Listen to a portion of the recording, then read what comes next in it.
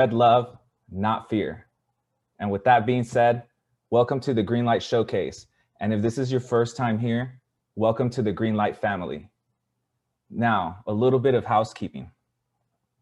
Please remain on mute throughout the presentation. You can mute your microphone here, stop your video here, type your questions here, and you can leave the meeting here. You can also use the reactions button to give virtual applause during the presentations. At the end, we will be raffling an original art piece by artist James Hunt.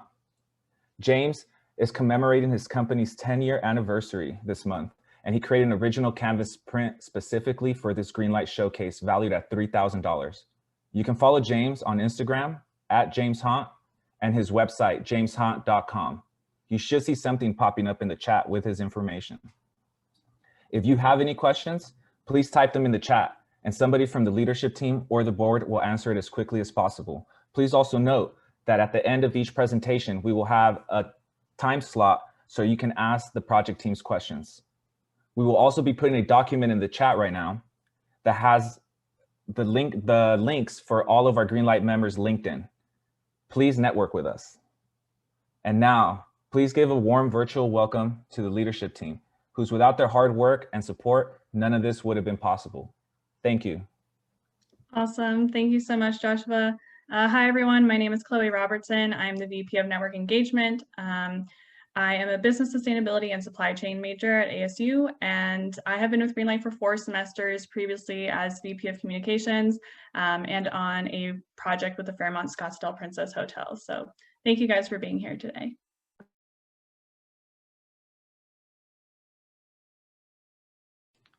And my name is Joseph Weeks. I am the current VP of Projects as well as an internal development intern. I have been on with GreenLight for the last 2 semesters, with my previous experience with GreenLight being as a solutioneer, working on a Solar United Neighbors project. Hi, everybody. I'm Mia Zarnecki. I'm our VP of Recruitment this semester.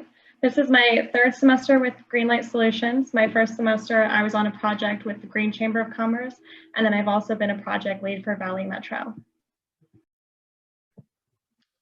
Hi, everybody. My name is Noah Pazewski. I am serving as the VP of Professional Development this semester for GreenLight.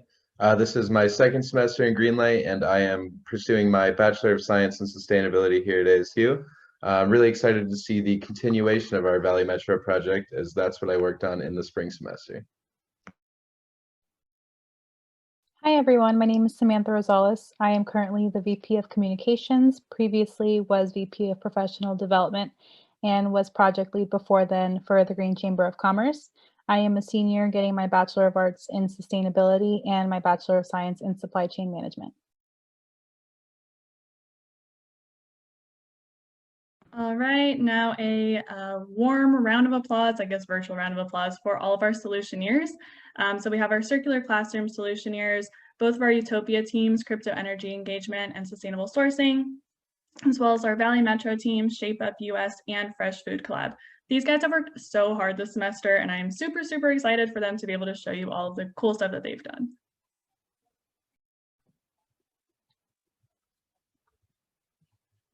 All right, and then I just want to reiterate as well in the chat there, the most recent link sent is going to be a Google Doc, which will have everybody's LinkedIn pages. So if you'd like to connect after the showcase, please use that document, and you can find contact information for all of our Solutioneers there.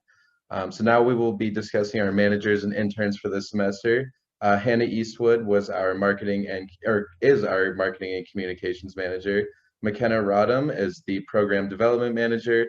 Spencer Perillo is working as the internal development intern, and on top of being VP of projects, Joseph is also working as the internal development intern this semester.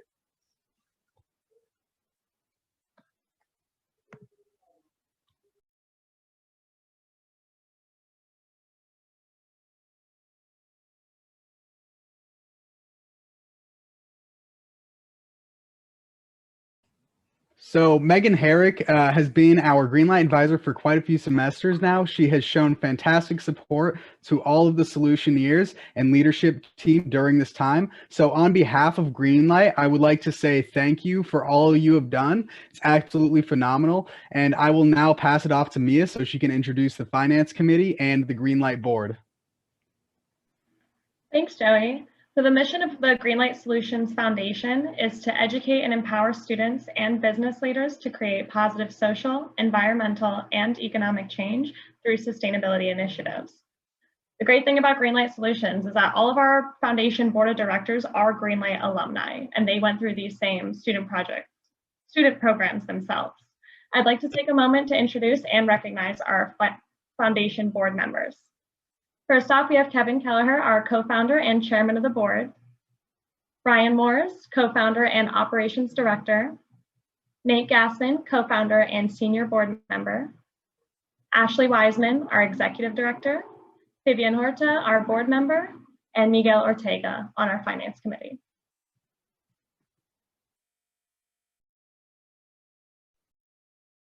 So this semester, we had the honor of receiving the State of Sustainability People's Choice Award in recognition of an ASU student-led effort that has shown exceptional leadership in advancing sustainability at ASU.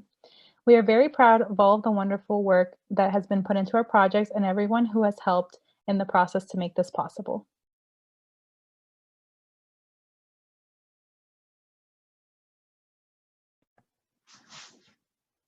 Hi, everyone. My name is Nathan Gassman, and I want to welcome you all on behalf of the GreenLight Solutions Foundation Board of Directors to our fall showcase. Thank you all for being here. I see 81 at the bottom of the screen next to participants, so a great turnout tonight, and we're really, really excited for you all to see the great work that the students have done this semester, as am I. Very excited to see that as well. This year, GreenLight is celebrating 5 years. Actually, we did in July, 5 years as a 501c3 nonprofit. So it's a milestone for us. It's been a very interesting year outside of GreenLight in the world around us, as well as inside of GreenLight. As Mia said, all of the board members actually are GreenLight alum. We've all been through the student experience on campus. So we know the value that it brings to us, and we're really excited that it's bringing value to this many more students semester after semester at ASU. Because of the board of directors is all volunteer with the exception of one. We have hired our first employee this year in Ashley Wiseman, our new executive director. But because we're all volunteers, this is really something that we're all passionate about. We're all passionate about our mission, about making sure students get those experiences and making sure businesses are able to embrace sustainability. As I said, it's an exciting year for GreenLight. It's been a really good year for the chapter, and especially in the face of the challenging times that we've had. But inside of GreenLight, we've actually seen this year something really unique happen where students who participated as Solutioneers are now project partners. And for us, that's really kind of coming full circle, and that's something that we're really excited about and excited to share with you.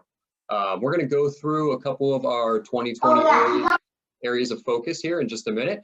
And the areas of focus really, and you can keep populating them on the screen there, are our strategic goals. This is kind of a high level version of our strategic goals for the year. I'm going to pass it to Ashley, and she's going to start diving into detail on all of those. But I just want to reiterate gratitude that we have for all of you participating in GreenLight Solutions Foundation, and as well as joining us tonight. So thank you so much. Good evening, everyone. So our first two areas of focus today is, of course, projects is what we do. So successful projects at the ASU and the Maricopa County Community College District chapter are our number one priorities. So this year we have started 34 new students in our program, and they've been working on 10 sustainability projects this year for 7 different local businesses. So we're incredibly happy about that. After today, the students will be finishing up stages 5 and 6 of the GreenLight guidelines. That's our project process. So the students learn curriculum through ideation all the way through implementation of their projects. So they're finishing up the projects after today. We also had 2 retreats this year. So we've had retreats for, gosh, I think about the past 4 years. And one of our retreats was at Arcosanti, so an hour north. And that was awesome, as always. But then we had our first virtual retreat, which was actually really awesome as well. Our students still got to, or had the opportunity to collaborate with our staff on their projects. They had a chance to mix and mingle with their peers. And we had a friend from Trees Matter present for us. In addition to a yoga session led by Ryan. So without further ado, we'll talk about our next areas of focus for you guys. Yeah, so our third and fourth areas of focus were around fundraising, and we had a goal of submitting at least 12 grants this year, and we've blown that goal out of the water. We've almost doubled it. We've submitted 23 thus far, and may even get one more in before the end of the year, who knows. I want to give a big shout out to John Luther, our grant writer, who has done a ton of great work for us. Much of his work pro bono as well, and so really appreciate his efforts. And we did receive funding from both Smart and Final and the John F. Long Foundation. So thanks to both of them for the funding support.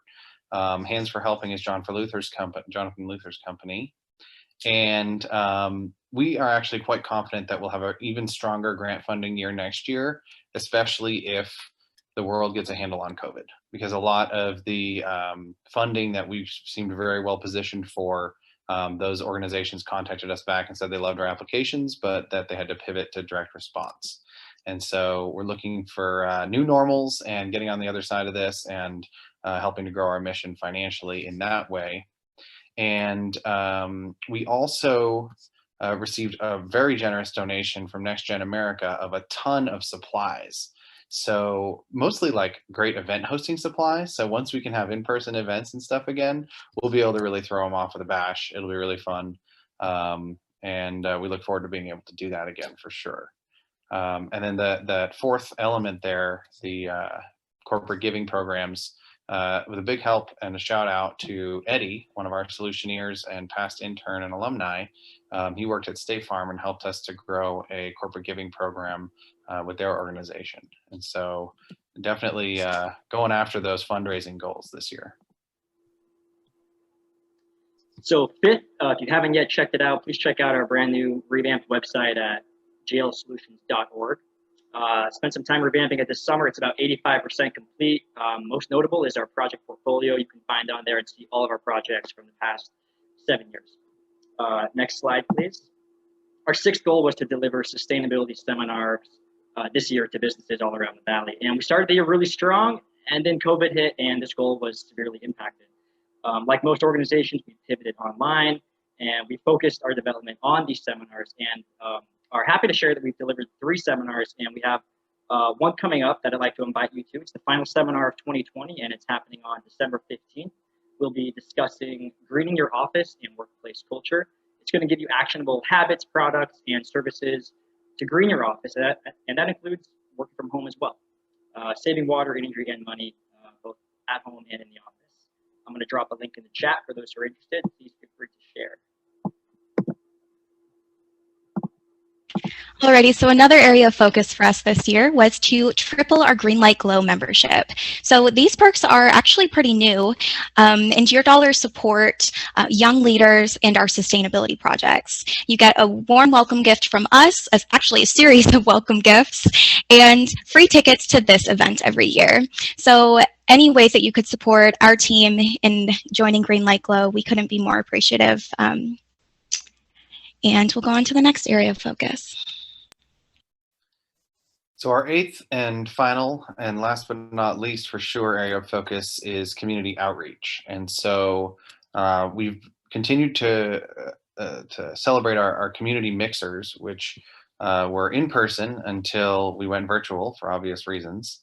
And we also incorporated a new element. We went with themes and added activities to each of our mixers. And so some of those mixer themes include, at the beginning of the year, we did 2020 New Year's resolutions. That was definitely not expecting what this year would be like, that's for sure.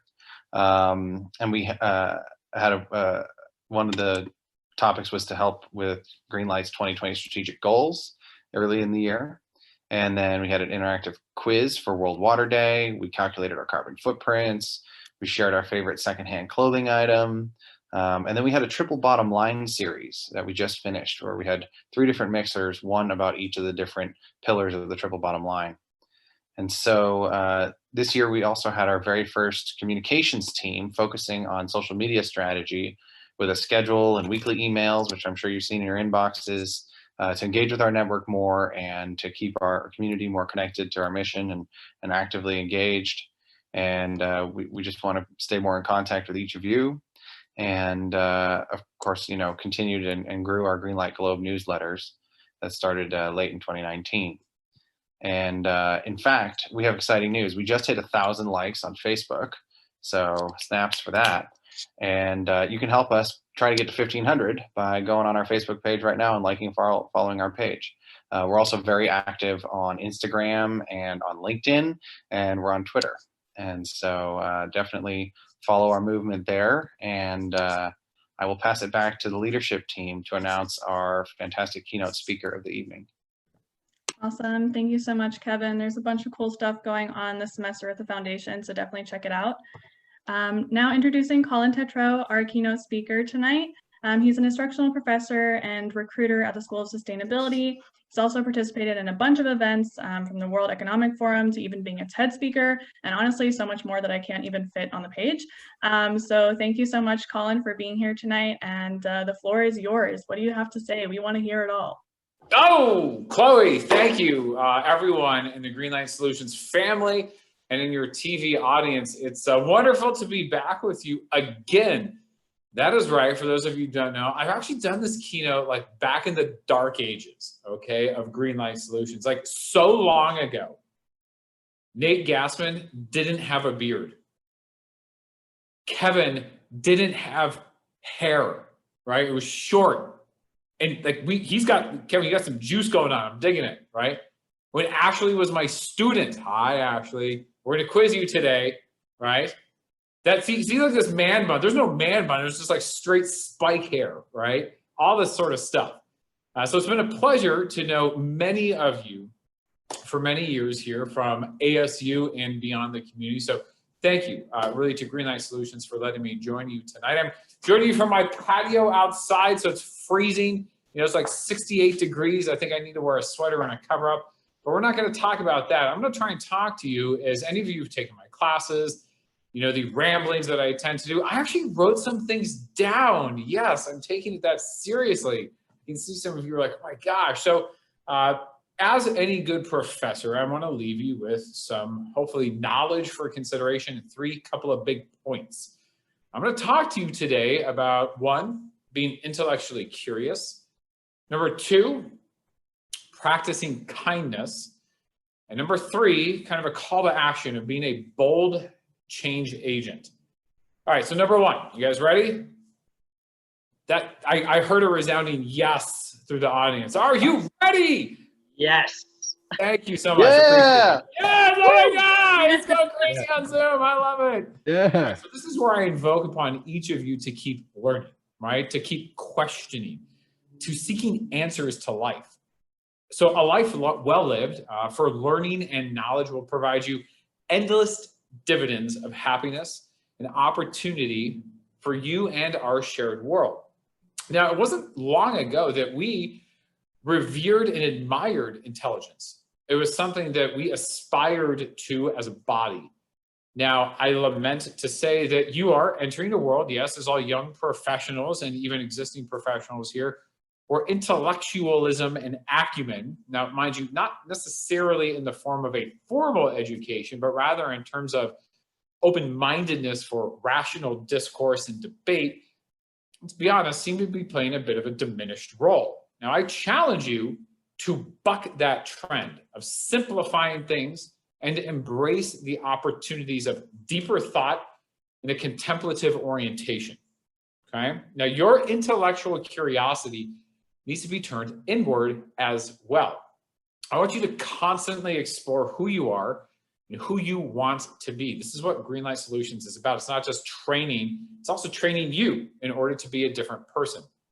Now, our great transcendentalist poet, Emerson, had this one right.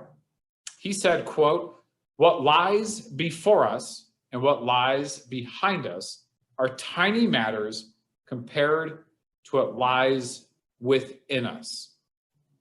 All right, number one, done. Boom, knowledge drop. Think. Use that melon 3 feet above your butt. That's a good thing. Keep doing it, okay? Here comes number two. I want you to practice kindness. And we've talked about this a lot over the last couple of months. Treat yourself well, treat others well. Right? Kindness is one of those virtues our parents taught us early, but let's be honest, many of us so readily discard. So being kind extends how you treat the person next to you. It encompasses a broader mentality of thought. Let's use you as a GLS Solutioneers, right? You have an interdisciplinary, a global mindset and connection. So when you look at things like geopolitical and nation state politics and actions between shared countries, just from your cohort, right? Some interesting things come to light. Guess what? They don't always practice kindness to each other. But I know that each one of you, you're different. I've had the pleasure of interacting with many of you in the past, many of you in the current, and I earnestly look forward to doing whatever I can to serve all of you moving into the future. And I've seen the way that you connect with each other. I've seen how things like national origin, gender, religion, political ideologies, right, are not things that divide you, but rather how they bring you together in fidelity and community for opportunity and change. Now, I want to be honest, I think, GLS, you guys are leading by example, and you're showing that caring for people through work, earnestly done together, it's not a weakness, it's a strength. And I want you to keep that up. So you're going to find that a kindness mentality is transformative, not only to you, but to all of those around you. It's going to impact you and others, but more importantly, it truly will irrevocably change who you are. All right. So number two, 1 and 2, think, be nice to other people, okay? All right, now we're gonna talk about being number 3, and you wanna remember that? Being a bold change agent. All right, let's be honest. This year has been messed up. It's weird. And by the looks of it, things are gonna continue to be like this. I'm gonna be honest with you. You're entering a world comparative, even to that of members of this body, ASU, graduating classes, you name it, that is far more complex, even just 10 years ago, far more complex, far more interconnected, and far more daunting. So we need people like you, focused on solutions, to stand up. Literally stand up right now, right? I want you to think about that. Seriously, I want to see some of you stand up. Not just metaphorically, actually do it. We have to have agency. Thank you. For the world around us. You cannot sit idly by and wish for a better future. You must be bold. You must make change. And now who understood this? This guy named Ferdinand Magellan. That's right, that dude from the 15th and 16th century, Portuguese explorer, right? Circumnavigated the world for the first time, right? Good sailor, naval officer. Dude had probably one heck of a plan, right? That's wrong. You wanna know what his grand vision and plan was? Point the compass westish and keep on going, right? So he makes it to South America, goes down south, hits the tumultuous Straits of Magellan. See, when you explore things, you get that, right? Goes all the way through into the Pacific Ocean, called La Paz de Mer, which he also named.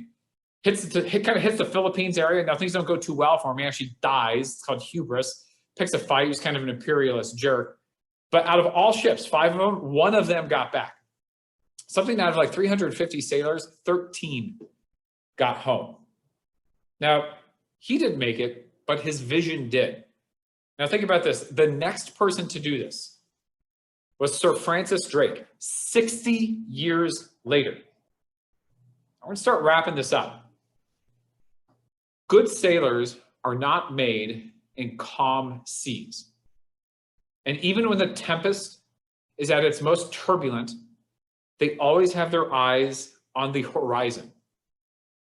Magellan's vision proved sound, even though it was daunting. change the world as we know it. Now, the world today is far scarier than Magellan's time. Hostile weapons, intentions, and deeds proliferate and threaten us in the near term. We are in the midst of a global climate crisis, more so than anything in our history of our existence. Threatens enterprise, society, our environment, and now our generations to come. But this is where you come in. I am going to charge you tonight, all of you Solutioneers and those in the audience, with a solemn duty. I'm asking each one of you to be bold, to stand up, to care about each other in the future, to be that bold change agent. Let me underscore this. There is no alternative to this. Now, here's the reassuring thing. I know every single one of you can do this. And I have no doubt, in fact, I have all of the belief and passion that you will impact and shape our world for the better. All right, so we're wrapping up. Number one, intellectually curious. Number two, be nice to people, practice kindness. Number three, be a bold change agent. It's just three things, 1, 2, 3. So I want all of you to enjoy this. Congratulations to all of the Solutioneers for your incredible work and the community. It's a pleasure to be with all of you. Happy to answer any questions that you might have. Thank you. Oh yeah, right. Here we go. All right. So it looks like we have 2 questions for you, Colin. So I will start first with Hannah's. How was your experience being a TED speaker, and is there anything that you found that many do not realize watching their videos? It was awesome. So it's actually very apropos you're asking that. Tonight is my wedding anniversary. So currently hanging out. It's my wedding anniversary like today. So this happened 9 years ago, this TED Talk. And we did the practice run the day before. So we did the wedding rehearsal, went right to the thing, did that. We did the actual speech, then got married the next day, and then did the Ironman the week after. So that was one hell of a week. You know, honestly, the TED Talk is, it's illuminating to who you are. And to the points I said earlier with regard to looking inward for things like kindness and rationality, it causes you, honestly, to distill a very large message to something that's cogent and compelling. And I think that's a good takeaway for all of you here tonight, is that you can have the greatest idea.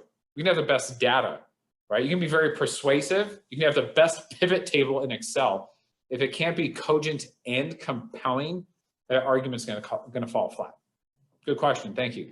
Thank you, Hannah. All right, and unfortunately, in the interest of time, we're going to have to move on from the questions. Thank you very much, Colin. We really appreciate you being here. Is there anywhere where you're absolutely blown up with questions right now? So I want to make sure, is there anywhere we can direct some of our Solutioneers to ask you further questions? Sure. So a couple of things. You can always follow me, shameless plug, at Colin Tetreault on Twitter. Wonderful. Make sure to pump up those likes. It's good for my ego. And then number two, feel free to reach out to me. Actually, tomorrow, fun little announcement, is actually my final day at Arizona State University. I'm taking a new role, helping to lead and build out all of the cities, states, and region works for a small organization you might have heard of called CDP, Carbon Disclosure Project. So you can always reach me personally at my private email address, which is Colin, C-O-L-I-N, at, I'll type it here in the chat for everyone, s-2consulting.com. So you can always reach out to me there. I'll drop it here in your Zoom chat for everyone. Happy to connect with all of you. And if I can do anything to serve you now and in the future, it'd be my honor to do so. Excellent. Thank you very much, Colin. We really appreciate you being here. Congratulations, everyone. Yeah, awesome. Thank you so much, Colin. That was great to hear from you. I'm sure you'll be blowing up with connections and questions in the next few days. All right, pivoting, now we're going to move on to our Solutioneer presentations. So first up is our circular classroom. I'm going to pass it off to them to introduce themselves and get started.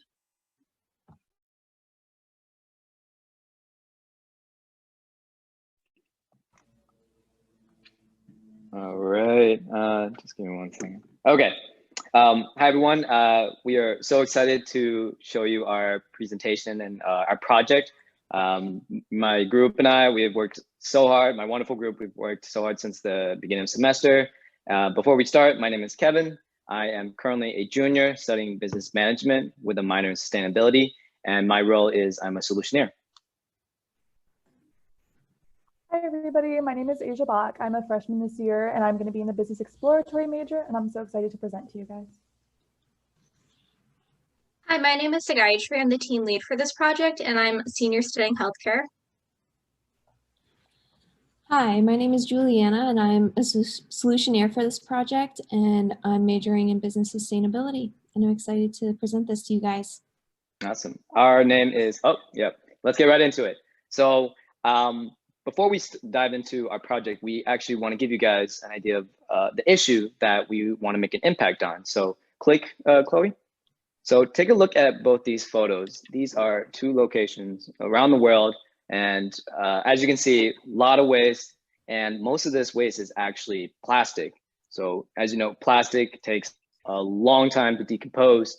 And when we're not cycling it back into the economy, it starts to pollute. And click, Chloe. Unfortunately, it starts to create incidents like all of these. And what these photos are showing us is that we are living in a linear economy, but we want to make that circular. And next.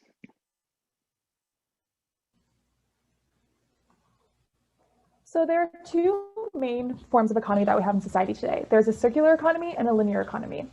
A circular economy is an approach to economic development that is designed to benefit businesses, society, and their environment, and actively work against the more common take, make, waste linear economy. So circular economy is also based on 3 main principles: design out waste and pollution, keep products and materials in use, regenerate natural systems. And this approach to economic development is essential given the serious consequences that plastic and other hazardous materials have had on our society. There are so many ways of remaking products with waste, and our team is looking into just one example. Imagine if we lived in a society where all plastic is taken and reused, whether it be turning plastic into yarn for clothing, or paper to write on, or bricks to make homes. Because I don't see plastic water bottles or bags being eliminated in the near future, we need to actively work to repurpose and remake products with the waste that already exists. You can move on to the next slide. So now that you understand what a circular economy is compared to a linear economy, let me walk you through how the circular economy relates to our project. The basics of the project is taking plastic water bottles after they have been used and transforming them into something new. The way the cycle works is that the plastic water bottles are first made to go with the water bottles. After the water bottles is used by someone who drinks it, these plastic bottle caps would usually go into the recycling container with the plastic water bottles. However, what we're doing is we're taking these bottle caps and crushing them down into a machine called a ProCycler to make filament. From there, this filament is used as material to make things from a 3D printer like an ASU logo. This way, we are using plastic to make it a circular economy setup. We want to teach high school students about this technology, so that's why the title of the class is called Circular Classroom. This is a big project to set up, so let me show you what our goals for the semester were and more. This is a project sponsored by Microsoft as they gave GreenLight Solutions the ProCycler and the 3D printer, and was passed down to us by 3 master students who weren't able to accomplish their goals. And this meant that, unlike the other projects, we had to go find our project partner, aka a high school, as objective 1. A second objective was to find a system to collect bottle caps and potentially find companies to partner up with to get their water bottle scraps from.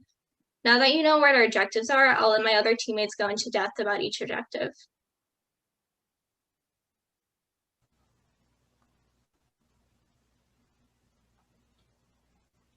So the second objective has seemed a bit more challenging as we have connected with Waste Management and November of the Greater Phoenix area, and they've been reluctant to help the team gather water bottle caps, but we have maintained a healthy relationship with the companies despite the situations. Lastly, we have made contact with the Infusion Tea and Coffee to collect bottle caps for from their in-store shop. The team and myself will be collecting the water bottle caps at the end of each week. Additionally, we are planning to partner with Zero Waste to collect water bottle caps on campus. By broadcasting our initiative on campus and online, we will be able to collect the necessary water bottle caps from the students. And lastly, we plan to promote water bottle cap collection in the classroom. Next, we're going to be focusing on our project partner. So like Sagayatri previously mentioned, this project was initially started by 3 graduate students who won a contest for their MSUS degree thesis projects. And after they graduated, they wanted the project to continue and reached out to GreenLight Solutions. Usually with GreenLight, we have a project partner that each project collaborates with. However, our project was more unique because while we were sponsored by Microsoft, we were not a project partner with them. This means that one of our things that we needed to complete was to find a project partner. We were given a protocycler and a 3D printer to be used throughout our project. And our challenge that we were attempting to solve is that many high school students are not being informed or educated about sustainability, nor are they choosing a career in it. So we wanted to partner with a high school to solve this problem. After emailing many high schools in the Phoenix area, we were able to partner with Skyline High School in Mesa, Arizona, with a goal to make teaching high school students about circular economics fun and introduce them to what sustainability is all about to make them more eco-conscious. We are going to be working them primarily through our second semester and partnering more specifically with Nick Carmichael and the economics department at the school. We will be designing a school-wide bottle cap collection program, creating an interactive presentation for 7 class sections, and create worksheets to allow for more in-depth research by the students.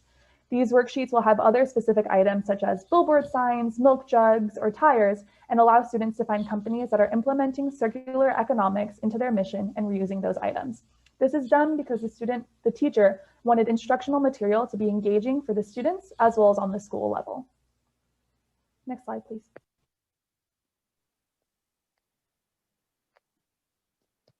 So again, the water bottle cap challenge has been a challenge for us, but we are planning to collect them through the students in the high school as well as on campus. So what were our results and what did we learn? Our results were good. We were able to find a project partner who is interested in letting us present at their high school students next semester, and we were figuring out avenues with how to collect bottle caps on a larger scale. The barriers we had were setbacks for finding schools to partner up with, and we reached out to more schools that I thought we would. And the potential partners we reached out to about bottle caps couldn't help us because of specific reasons. We were able to reach our end goal for the semester, which is to set up the things we need to prepare us for teaching high school students next semester. You might be wondering what our big end goal is, though.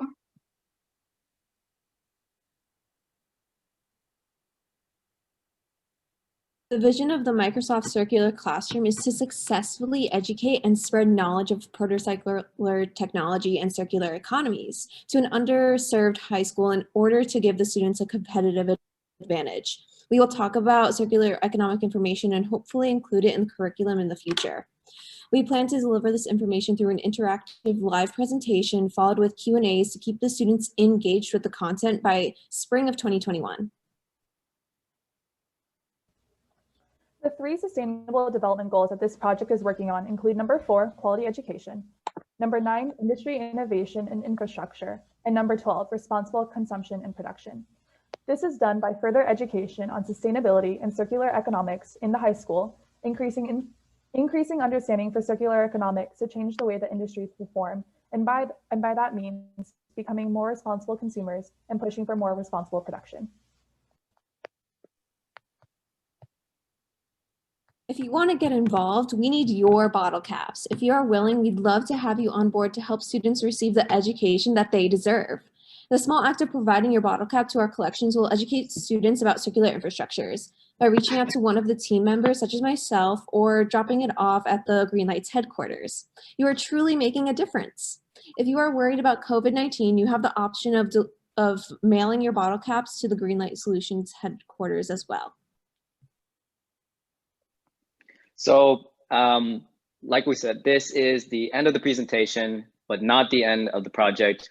Starting next semester, we're actually hoping to partner with Baird and the Honor College and the Zero Waste program to create some education modules that can teach about sustainability, and then hopefully create a system where we can collect some more bottle caps to keep this program going. But like I said, like we said in the throughout the presentation, this is only a part of a bigger vision where we want to inspire the youth to create a sustainable world that's a reality. So thank you.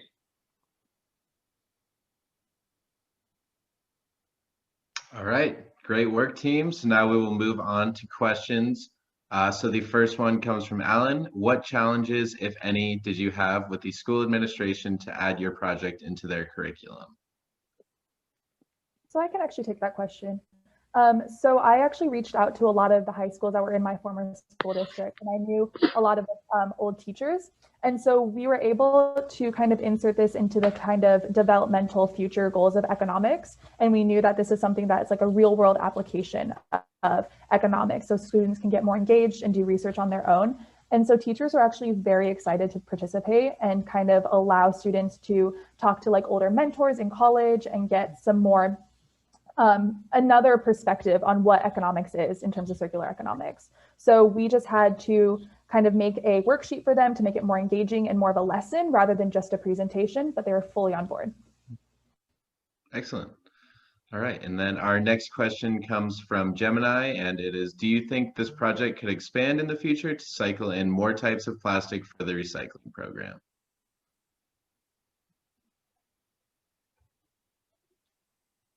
I could take this question. So we'll have to look more into it with the research, but I don't see why we won't be able to. Awesome. Perfect. So that is going to wrap it up for the questions in the interest of time. So if you guys, I will allow you guys to make some closing statements. Otherwise, great job, Circular Classroom team.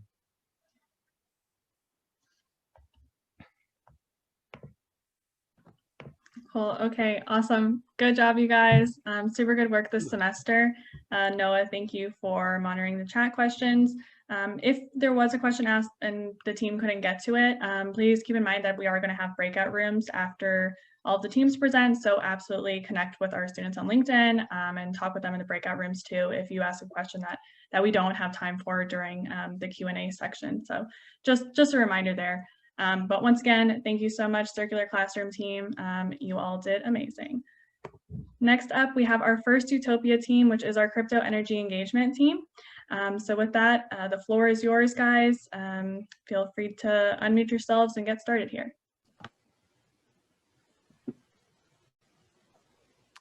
So hey everybody, my name is Brandon Suchin, and I am the project lead of the Utopia Smart City Energy Engagement team. So I had the great honor of being a part of this team and leading this team. Members consist of myself, Thorin Harvey, Lucian Roberson, Nina Olson, Rahul Rajan, and Gemini Boudry.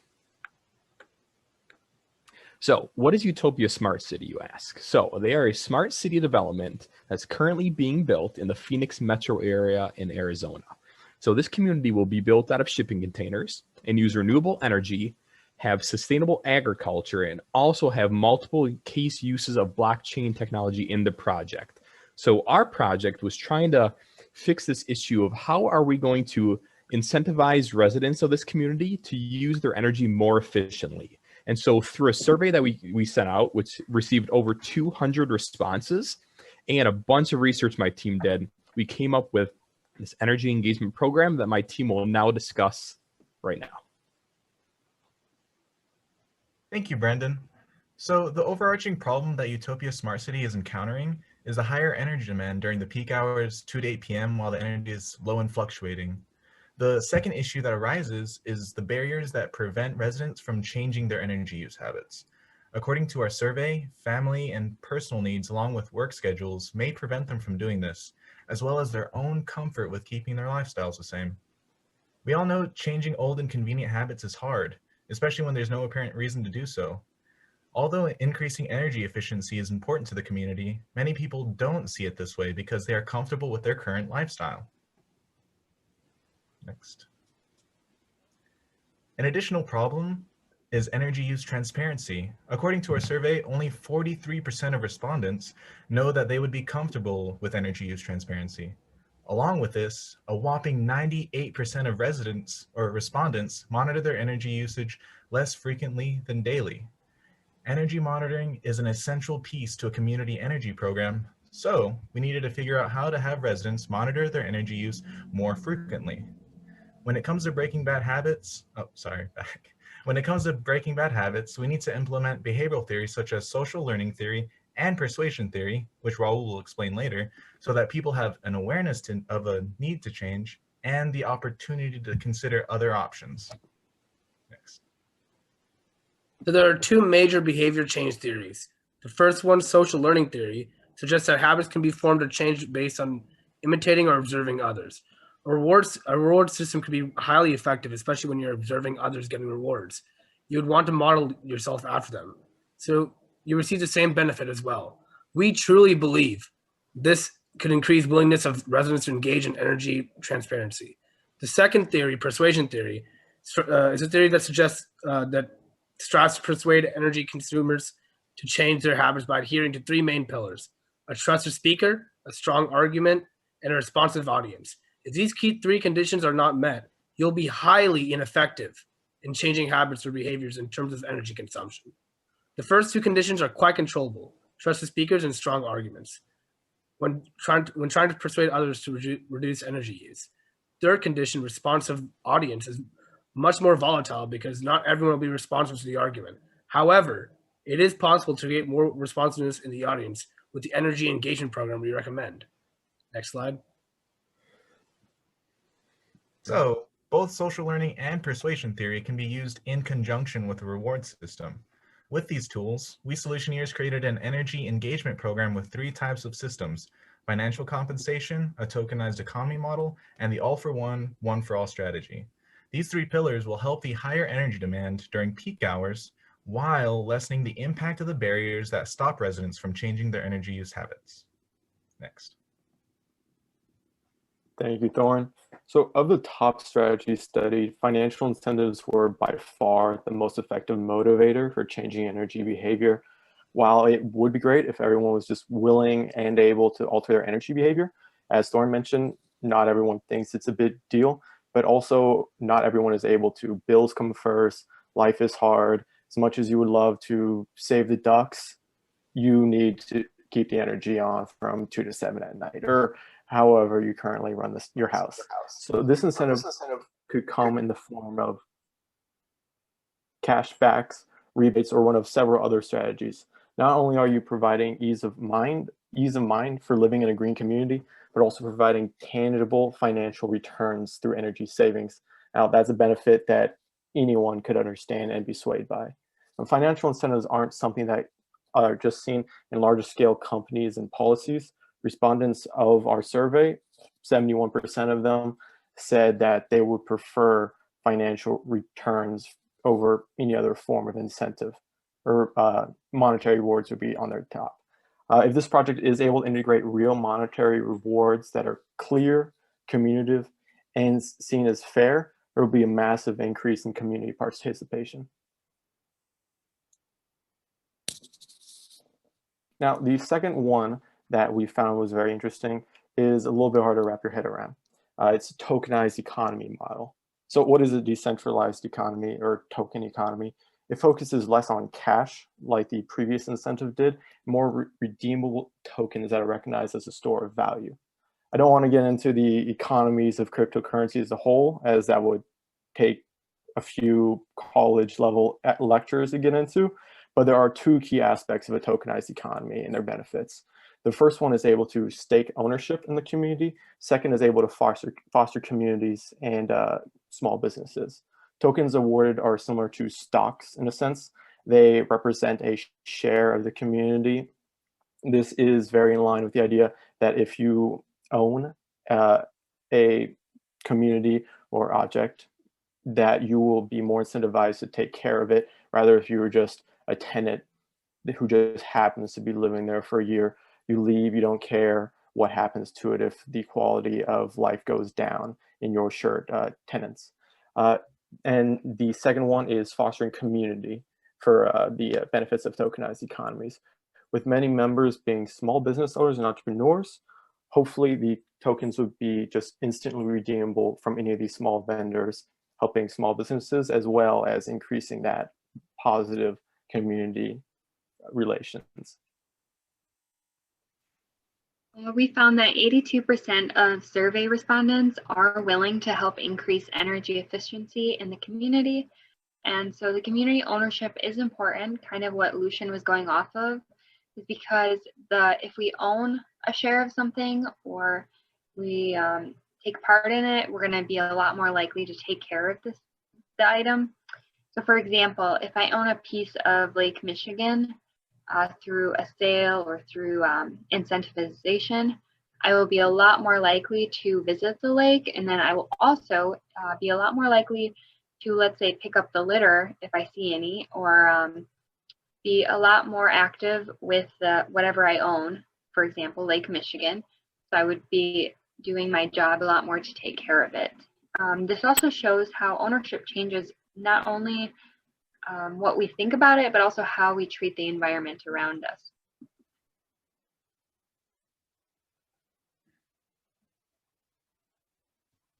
All right. One interesting finding that came of the survey was that 41%, almost half of respondents, don't trust the prices that are given by utility companies. And why would they? As the only players in the energy field, utility companies have a lot of control over what they supply. This is why decentralized energy, where people generate their own power, has been gaining a lot of attention in recent years. And it's just one of the benefits that come from Utopia's new community.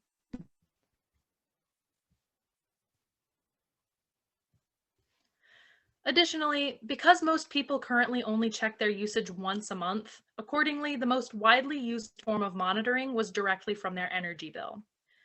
Then we have our far second as the energy utility provider's website, as well as people who don't check at all, and those who track usage with a smartphone app. Last, we have people with an energy utility tracking box installed at home, like the mPower box supplied by SRP. So obviously, the first barrier Utopia has to push through is getting people off their dependency on the monthly bill. They can do this by making real-time adjustments as easy as possible with smartphone integration, installed home power boxes, or both.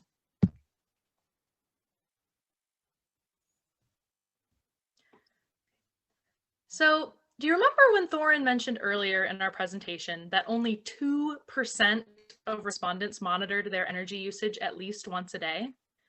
Through our survey, we actually found that with the right incentives, that measly 2% skyrockets up to 73%. That's a huge change. Can you imagine if over 3/4 of the population could adjust their energy use every single day? What that would mean for energy use efficiency as we transition towards cleaner energy sources. It really just goes to show how a little bit of flexibility and encouragement goes a long way. And honestly, I think it's a wonderful reflection of the spirit of business coming together with sustainability, where we have folks collaborating on a common goal, each negotiating for what they want with what they have to offer, and at the end of it, creating an incredible synergy worth more than the sum of its parts. If we can get this right, I think we have a really bright future ahead. So to wrap up our presentation, why is incentivization necessary? Well, it's necessary especially in terms of because the behavioral practices people are habitually used to will not change unless there's something to be gained. And our other question, how can incentivization change behaviors? Well, people need to be given a reward or something in return for changing their behavior. For example, when looking at our energy engagement program, you saw that 207 survey respondents agreed that either financial compensation, a tokenized economy, or an all-for-one, one-for-all perspective were the three biggest things that could spur them to change behaviors. These three things are incentives to be gained in our society. Therefore, people are willing to change if given these societal rewards. Any questions? All right, excellent job, team. So I will, so this first question comes from Megan. So it's, have you heard of mutual aid? It is a collective to reciprocal, horizontal, and collective care. Would you consider this an aspect of a tokenized economy? And I'll definitely let Megan jump in if she'd like to add any more to that question. I know there's kind of a lot of components to it. Yeah, essentially a mutual aid is, they've been popping up in cities around the country that offer any items from gloves to food and whatnot to families of minority populations, and they don't consider it donating. They consider it just a redistribution of products and whatnot. So I just thought that was an interesting aspect.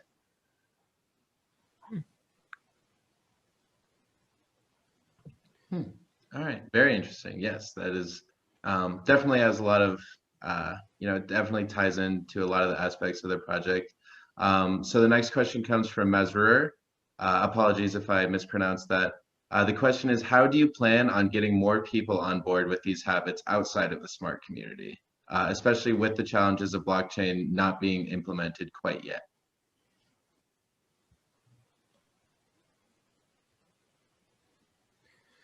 Yeah, I think that's the question, right?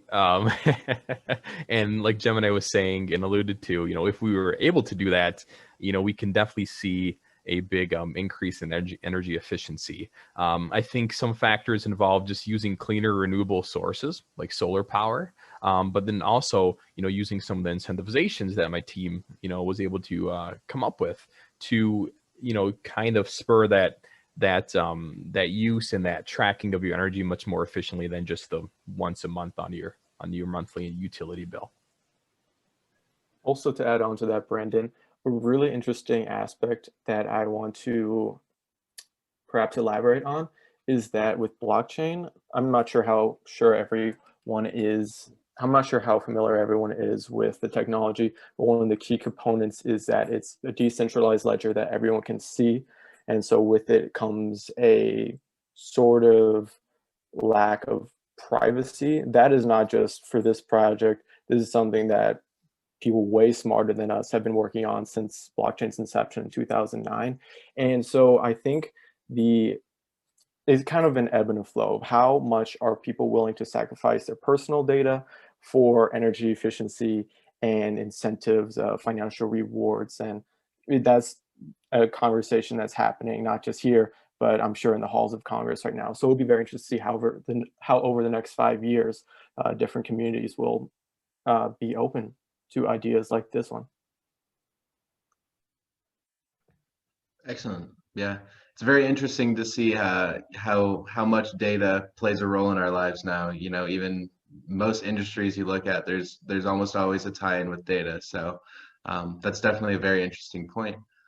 So if we have no further questions, please, if you still have more questions for the team, feel free to hop into the breakout rooms, as well as take a look at the team members' LinkedIn pages. They would all be very happy to reach out to you individually to further discuss the project. So now I will pass it on to Chloe to introduce us to our next project team. Awesome. Thank you, Noah, and thank you, Crypto Energy Engagement team. Awesome presentation. Next up is our second Utopia team. This one is our sustainable sourcing team. The floor is yours, friend.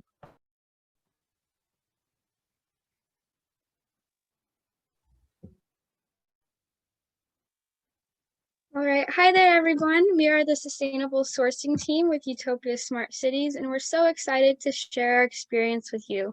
My name is Megan Marshall. I am the team lead for this project, and I'm a senior at ASU studying sustainability and food systems, and I'm very excited to talk about this with you guys. Hi, my name is Jackie Liang. I am a first year at ASU, and I am majoring in economics. Hi everyone, my name is Julia Alman. I'm a junior at ASU and I'm studying business sustainability and supply chain management with a minor in Chinese. Hi, my name's Colin McCormick. I'm a junior here at ASU. Also double majoring in supply chain management and business sustainability. And hi, my name is Jacob Stillwell. I don't have a minor, but I am majoring in civil engineering through Maricopa Community Colleges, actually. So. This semester, we also worked with Utopia Smart Cities, which is the company that is developing a sustainable community in the Metro Phoenix area. So they intend to create a self-sustaining community that will have a low carbon footprint. And like Brandon was saying, Utopia Smart Cities is really innovative in terms of housing and technology with shipping container housing, blockchain technology, and alternative energy as well. So it's really innovative and a really cool company. Our project partners were Sophia Olivas, David Werba, and Mark Anthony, the co-founders of Utopia Smart Cities.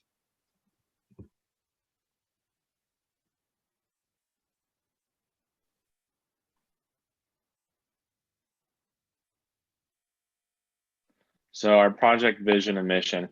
So our vision was that we developed a list of alternative building materials that can be used with shipping containers. And our mission is to determine which alternative building materials can be feasibly used. It's important to keep in mind that our vision and mission serve as like the backbone and foundation to our project and guides our decision making.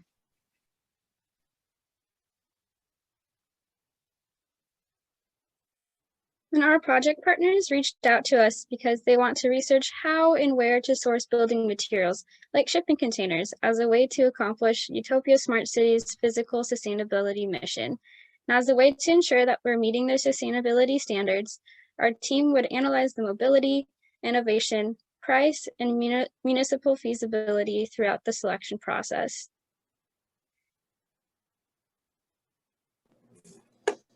This came with some challenges, but we came up with a few solutions to sort of bring this this broad project down into something that was a little bit more manageable. It started with providing some insight on the building materials that we could use, as well as suggesting combination of them and sort of being innovative with the different ways that they could be used together. And then lastly, to take all of that information and bring that down, we created some infographics to compare and present those different building materials, just to kind of get an idea all right there of what they compared and how they stacked up. So in order to achieve these solutions, we created some objectives for our project. So our process started with our first objective, which was to research sustainable building materials for the external structure of the community. And we measured our success for this objective by the number of materials that we were able to recommend to Utopia Smart Cities, which we wanted to get at least 5 materials to them. And then our second objective was to create an infographic to evaluate recommended materials in terms of the priorities that were given to us by Utopia Smart Cities. And so we wanted to evaluate each of the materials in terms of every single priority, which included sustainability, affordability, safety, mobility, and expansibility. And then our third objective was to create a pro and con chart for the top materials so we could compare them. And we measured our success for this objective by the number of pros and cons for each material, and we wanted at least 2.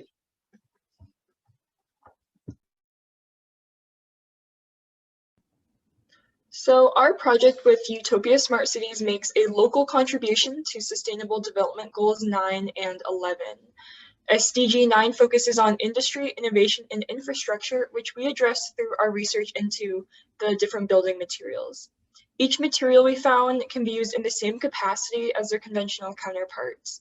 And while none of the materials we found are new and groundbreaking technology, the combination of all these sustainable building materials in one community has yet to be done, and their application in the context of Utopia Smart Cities can set a new precedent in sustainable construction and architecture. SDG 11 focuses on sustainable cities and communities, and this is the goal that our project most directly applies to. Many of the building materials we found in our research are repurposed and essentially given a second life once they are fashioned for construction purposes. For example, regular cardboard can be collected to be compressed and formed into building materials for structures ranging in size from a gazebo to a fully functioning house. Additionally, widespread use of sustainable building materials promotes sustainable urbanization, which is highly applicable given that Phoenix is one of the fastest growing metro areas in the nation. Now, in terms of goals for our own project, we were able to find success in reaching the objectives we set for ourselves at the beginning of the semester. Through our research, we identified shipping containers, cardboard, FSC certified wood, stucco, adobe, and bamboo as feasible options for the construction of the Smart Cities communities. With the information we found on these materials, we were able to tackle our second objective, which was to create an infographic comparing the materials. We decided to include a loose ranking of all 6 of our materials based off our identified criteria in order to make the infographic even more useful for our project partners. We were also able to exceed the KPI for our second objective by creating a second infographic, which can be seen on the right side of our slide, which compares the top 3 materials that we identified by listing the pros and cons of each. Our list of drawbacks and advantages for each material are comprehensive and provide valuable insight into how each material can be used most effectively and how to avoid or address any challenges that may arise in using these materials.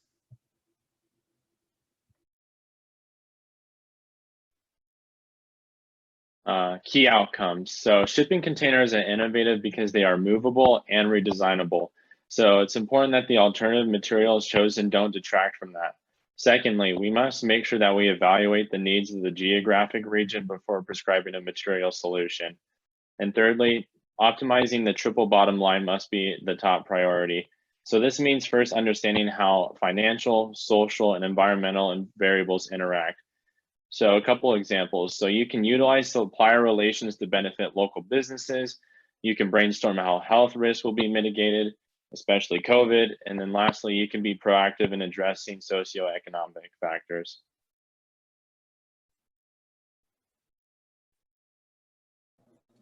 All right, and I actually want to sort of quote Colin, our keynote, Professor Colin, our keynote speaker, because he said it right, keep your eye on the horizon.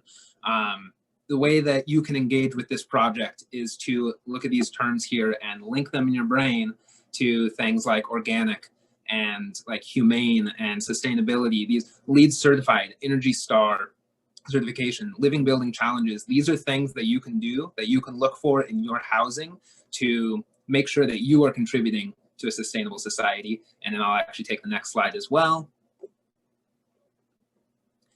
And more directly to this project in particular, we've got Facebook and Twitter there. And most importantly, connect with Utopia Smart Cities on LinkedIn.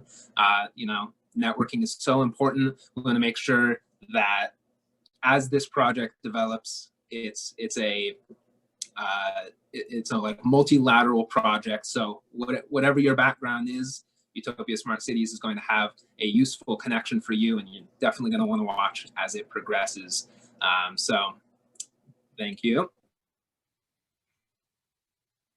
Yeah, and this opportunity to work with Utopia Smart Cities has been phenomenal. And we've learned so much, both as students and as future sustainability professionals. And we're so thankful for this opportunity to help make a difference in the world of sustainable development. We'll be more than happy to answer any questions of yours. All right, great job, team. So the first question, you may not see it on the chat because it's actually going to come from me. It's a question that I'm wondering. So with this project, you know, resilience is a really big component of sustainability. So I'm curious to know if the materials that you guys were analyzing were specific to, you know, Arizona and specifically the climate of Phoenix, and if so, you know, are there different considerations for sustainable building materials dependent on the climate of a given area? I'll take that one. Yeah, absolutely. That was one of the biggest things that we were debating in our meetings together. What we ultimately came down to was understanding that there are some limitations to different materials, but there's creative ways to use them. So the foundational materials, you know, shipping containers and wood, these things that we use already can absolutely be used in similar ways, but they can be sourced sustainably. And that's a super important component. And then you're right, there is some challenge with considering things like cardboard or bamboo, but we absolutely can use them within the buildings or around the communities in sustainable ways because they're so highly replenishable. Also, I just want to add on to that, Noah. So because we knew that this first city was going to be in the Phoenix area, that's why one of our materials was stucco, knowing that that's such a common building material used in Phoenix. So I think, yeah, it definitely impacted the materials that we looked into. Very interesting. So now I'll move on to the next question from Nate. The question is, he's curious to know how sustainability was defined for the materials. So did this look at the sourcing of the materials as well as the end of life? Did you use like a lifetime cost analysis data as well as safety? And did this include human health and exposure to toxins concerns? So really what was the basis for sustainability when looking at materials? Yeah, and so for the term sustainability, we used a very fluid sense of that word. We wanted to look into the life cycle of the material itself. And so we looked into how can we source it? If it's virgin material, how can we make it as sustainable as possible? If not, we were trying to find ways to use pre-existing materials that were already used and could be secondhand, quote unquote. And so one metric that we were looking into is embodied energy, and that's the energy that is used to create the material in itself. And Jacob has a lot of knowledge towards that, so I'll let him talk about that some more. Yeah, I think pertinent to this project, the biggest thing with embodied energy is if you can reuse something. It's the energy that goes in. So if you're taking something that was built, in this case with shipping containers in China, shipped across the entire globe, and then just sort of left here, you get an entire second use out of a high embodied energy material, which is perfect, right? Otherwise, it's just sitting there, and we don't use it. So that was sort of the one of the huge glaring factors for shipping containers. But then there's another whole scope that we could go into with LEED certifications, FSC certified wood, reusing cardboard from industries, as Megan mentioned, like virgin materials versus recycling. It's the main goal is ultimately decreasing the amount of fossil fuels, right, that are being burned for energy to go into the production of the material, which is the vast majority of the sustainability issues. Of course, pertinent to the question there, society sort of regulates and makes sure that all of our materials are being built, you know, chemically safely and all that stuff. So, but we didn't handle that stuff. Yeah, and one thing that we also looked into is the longevity of each of the materials. So like once we actually use those in the construction process and the use of the building itself, we want to make sure that it lasts. And so the different materials that we were looking at, they range from a lifespan of 25 years to a couple hundred years. And so in terms of looking at the mobility and the expansion of the project, we wanted to keep that in mind as well. All right, fantastic. Great work, team. I don't see any further questions here in the chat, although I will say that was definitely very interesting, and I will definitely be in the breakout room with you, Jacob, because I would like to explore that a little further, most definitely. So I will definitely recommend the same to anybody. Please feel free to wait around or stick around for the breakout rooms at the end. If you would like to hear further from the Utopia Smart City, both project teams, as well as their LinkedIn pages are going to be on that connections Google Doc, which I will send again before the end of our showcase here. So thank you very much, guys, and I will pass it on to Chloe to introduce our next project. Awesome. Thanks, Noah, and thank you, team. Super good job, as always. All right, next up we have Valley Metro. So come on out, Valley Metro. This is all you. I'm going to mute myself now. Hi, everyone. I'm so proud to introduce the Valley Metro GreenLight team. We have worked all semester long to improve comfortability at the Valley Metro light rail stations in Arizona. My name is An Giang. I am a Solutioneer on this team. I am a junior and a Justice Studies major, and I'll be graduating in the spring of 2022. Hi, my name is Erin, and I'm studying sustainability in Spanish, and I will be graduating in May of 2023. Hi, my name is Michael, and I'm a junior pursuing a Bachelor of Arts in Business Sustainability, and I'll be graduating in the spring or May of 2022. Hi, everyone. Oh, I'm sorry. No, you're fine. Hi, my name is Miranda Delgado. I was a co-lead on this project. I'm currently pursuing a Bachelor of Science in Sustainability and a minor in Business, and I'm graduating in December of 2020. Hey everyone, my name is Samantha Esparza. I'm studying sustainability with a minor in environmental science, and I will be graduating in spring of 2023. Hi everyone, my name is Sydney Miller-Wise. I'm the other project co-lead on this project. I study sustainability with a minor in biological sciences, and I'll be graduating in spring of 2022. So we figured we'd start out by introducing our project partner. We were partnered with Valley Metro and their sustainability coordinator, Mackenzie McGuffey, who is also a former Solutioneer. This project has been 3 semesters long, and Mackenzie was there to help us every step of the way, answering our questions in a timely manner, keeping us in the loop when this project felt like it was going a million different directions, and teaching us about how these projects really do make a difference. So thank you. Valley Metro's mission is to create a socially, environmentally, and economically responsible multimodal transit system. And the Valley Metro GreenLight team felt that the socially responsible aspect was at the heart of our project. And we felt this because it's one thing for Valley Metro to build up their public transit capacity, but it's another for Valley Metro to make those transit options not only rider friendly, but preferred. We aimed to do this through increasing urban shade at light rail stops. A large number of public transit riders come from low income and minority households who rely on public transit every single day. Improving something as simple as shade shows that Valley Metro and local Phoenix governments care about their riders' comfort, safety, and health, especially when climate change is threatening to make Phoenix even hotter than it already is. And climate change is unfortunately already here. This past August was the hottest month in Phoenix's history. So heat is the leading cause of weather-related mortality in the US every year, which is why it is so important for us to make it safe for everyone to use public transportation in Arizona, especially during the intense heat of the summer. So this is why we chose to focus on Sustainable Development Goals 9 and 11. For SDG 9.1, this develops quality, reliable, sustainable, and resilient infrastructure. And by helping Valley Metro increase the resilience of light rail stations to extreme heat and improving the quality of shade and comfort in these stations, we will be able to make public transportation more accessible to everyone, even during the summer.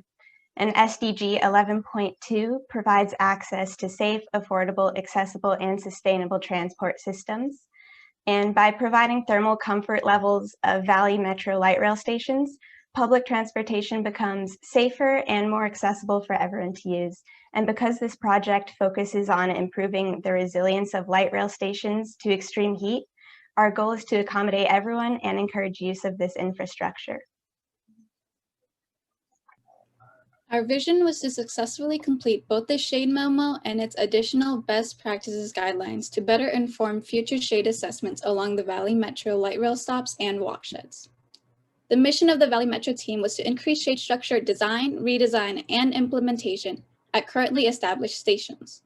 We created shade memos that would inform Valley Metro on best practices to positively impact riders' comfort, safety in extreme heat, and overall perceptions of public transit by December of 2020.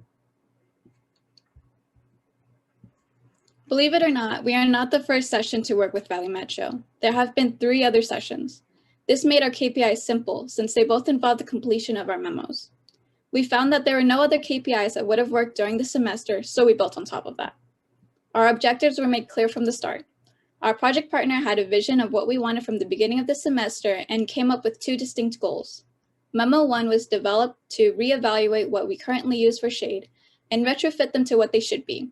And Memo 2, which was the same concept but with more in-depth details to improve it. Since we finished Memo 1 early in the game, we were able to take time to evaluate and discuss different practices from around the globe to improve Arizona's system.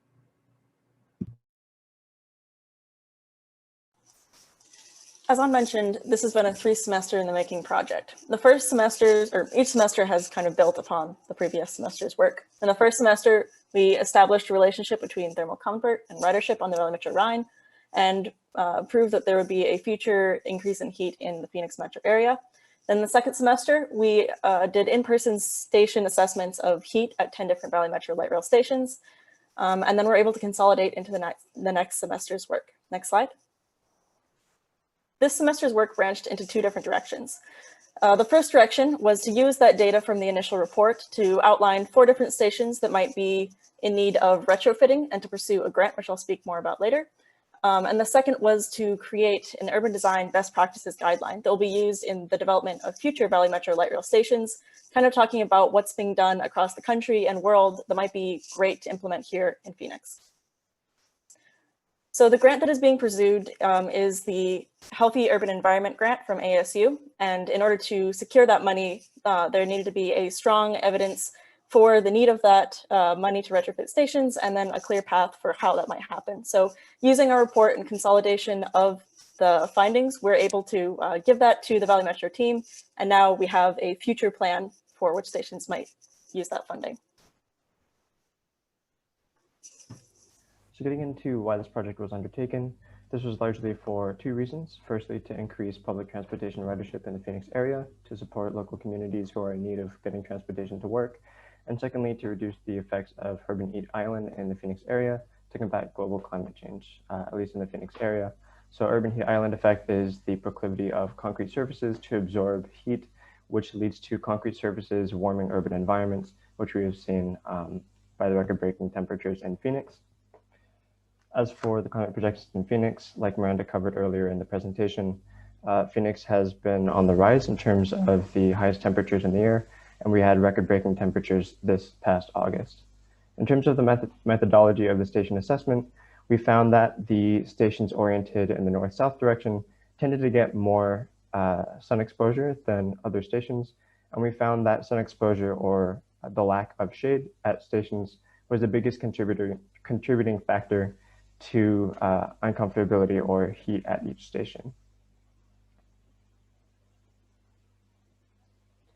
First, going into the temperature data, in terms of how we selected the stations, we looked at temperature data from a number of different areas. So first, we looked at the walkshed. The walkshed is the 500-meter region for someone to approach a station. So the reason why we took this into account is because it's really important for how a user or customer using the service experiences their journey, per se. So on the way to a station, for example, if it is very hot, they may instead choose to use a bus or even hail an Uber or a taxi service, which defeats the whole point of having a station that is retrofitted with shade. Secondly, we looked at services at and around the station. So not only the walkshed, but also the seats themselves, as they are metal and can get very hot in the summer, and also the air temperature of just the highest temperature of the day. Next, we adjusted data for accuracy, so making sure that our data was consistent, so making sure that we're measuring at the high times of the day, and also that we're measuring on days in which they are sunny and not cloudy, so on and so forth. In terms of room for improvement, this was largely looking at stations that could be retrofitted and improved. So taking into account the level of investment that has already gone into retrofitting certain stations. For example, if a station already has optimal shade coverage, even if it is still hot, there's very little investment that can be made to improve its shade coverage that it already has. Similarly, we're also looking at stations that our client Valley Metro could continue to improve and retrofit as they see fit.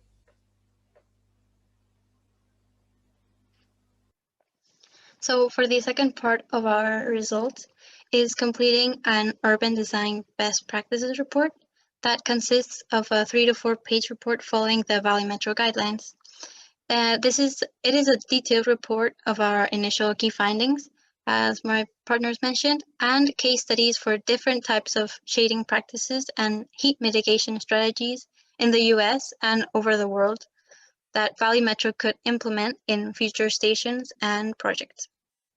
We work closely with our project partner to identify and filter the most viable practices for Valley Metro that will be included in the newest memo. So part of our deliverables for this project was a presentation where we compiled all of our results of case studies of urban forestry, station design, airflow, and arts installations. So we presented these findings to our project partner, narrowed them down to the best options, and these results will be used by Valley Metro in the future for designing their future stations.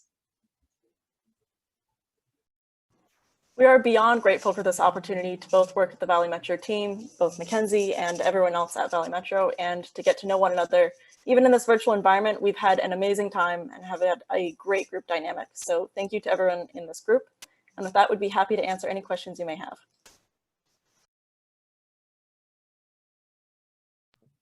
All right, excellent job, Valley Metro team. I worked on that project last semester, so very exciting to see how it's developed.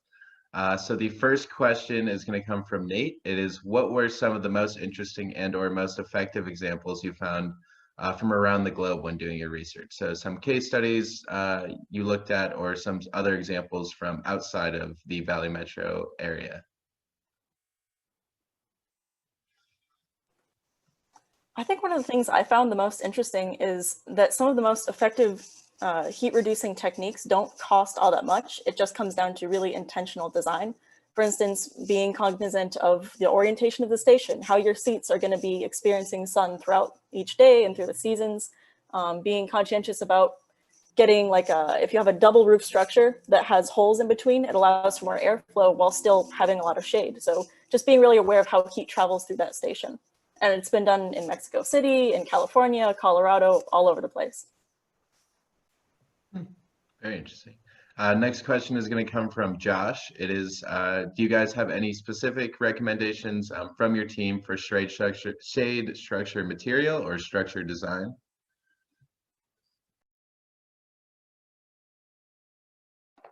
Well, in terms of the design, one of the things we looked into was how some stations could face backwards towards the street, so their back is actually against the street.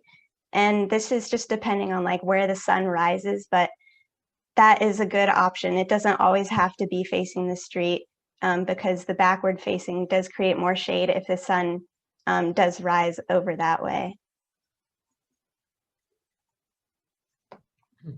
All right, next question is going to come from Mazrur. It is, how can you use what you learned to be implemented by normal people versus Valley Metro? So essentially, can some of these practices used for heat resilience at stations also be used for other applications? Absolutely. While this won't be necessarily distributed to the general public, this is something that you can see with landscaping all the time. For example, if you plant deciduous trees like east and west, so that in the summer they fall, like the leaves fall, and then you get some of the sun, so that warms your house. There's really intentional ways that you can do these things that are smart, and that's just one example specific to urban forestry. But there's plenty of other ways that you can incorporate shade in your home, and like very, very intentionally. If that answers your question. I hope it does. Yeah, absolutely. Next question is going to be from Joseph. It is, could a solar panel be retrofitted on top to operate a fan? So can existing stations have retrofits to add solar panels that operate fans or some type of cooling system? Yeah, so there seems to be more of an emphasis on moving forward with the future of designs, but there are some stations that already have AC units on them. And they found that people don't really always use them. That even if there's a button to press, then people aren't always engaging with it. So there is potential for these designs to be used, and that's one of the many suggestions that we've put forward in that report. But it doesn't seem to be one that's highly utilized. Great. All right, and then for the final question, this is going to come from Mackenzie, so be careful when answering this. She is the project coordinator. So if you could do one thing differently to future stations to make them more resilient, what would you do?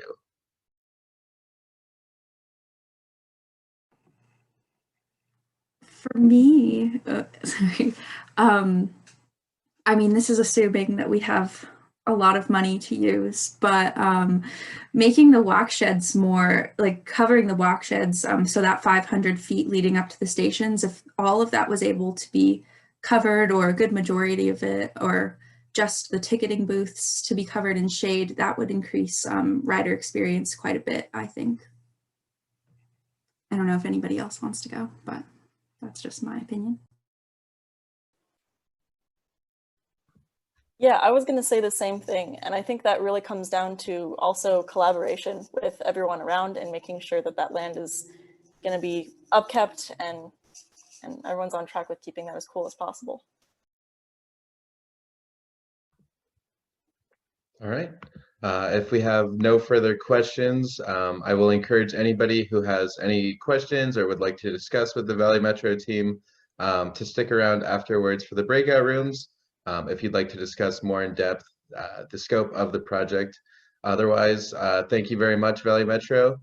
Fantastic work. It's really interesting and kind of, it's very exciting to see how, you know, the work of previous Solutioneers kind of builds off of, and, future Solutioneers and current Solutioneers can use past work to continue projects. It's really interesting to see. So great job, everybody. I will pass it now on to Chloe to present, or to get our next group presented. Awesome. Thanks, Noah, and good job, Valley Metro team. This is super important work because those of us who live in Phoenix know that it is definitely getting hotter here. So awesome work. Next up, we are going to have our Shape Up US team. So ladies, the floor is yours. I'll let you introduce yourselves and get started.